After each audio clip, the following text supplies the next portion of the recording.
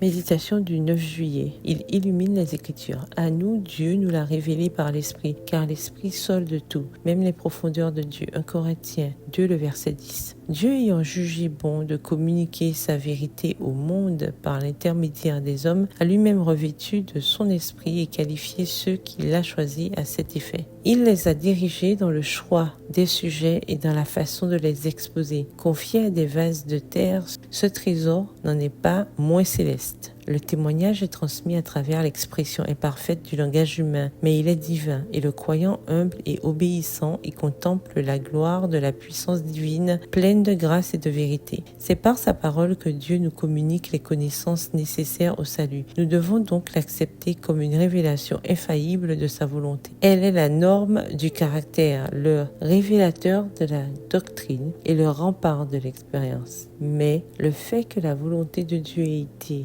révélée par sa parole n'a pas rendu inutile la présence constante et la direction du Saint-Esprit. Au contraire, Jésus a promis d'envoyer le Consolateur aux disciples pour leur faire comprendre sa parole et engraver les enseignements dans leur cœur. Extrait tiré du livre La tragédie des siècles, le chapitre Introduction, aux pages 10 et 11. Creuser au-dessous de la surface, c'est découvrir les précieux joyaux de la vérité. Le Saint-Esprit fait sentir sa présence à celui qui cherche sincèrement. Il illumine la parole et grave la vérité dans l'esprit avec une force nouvelle. Le chercheur est inondé d'une paix et d'une joie inconnues auparavant. Une lumière nouvelle, céleste, brille sur la parole et la fait resplendir comme si chaque lettre était teintée d'or. Dieu lui-même a parlé à l'esprit et au cœur et la parole est devenue esprit et vie. Extrait du livre Message choisi au volume 2 au chapitre 3 à la page 44. Le Saint-Esprit communique la grâce du Christ au cœur de ceux qui cherchent la vérité, vivifiant les sentiments contraires à leur nature et à leur éducation première. La lumière qui, en venant dans le monde, éclaire tout homme, Jean 1, le verset 9, resplendit dans les cœurs. Si nous l'acceptons, elle guidera nos pas vers le royaume de Dieu. Extrait tiré du livre Prophètes et rois au chapitre 31 à la page 265. Bonne journée, que l'Éternel vous bénisse.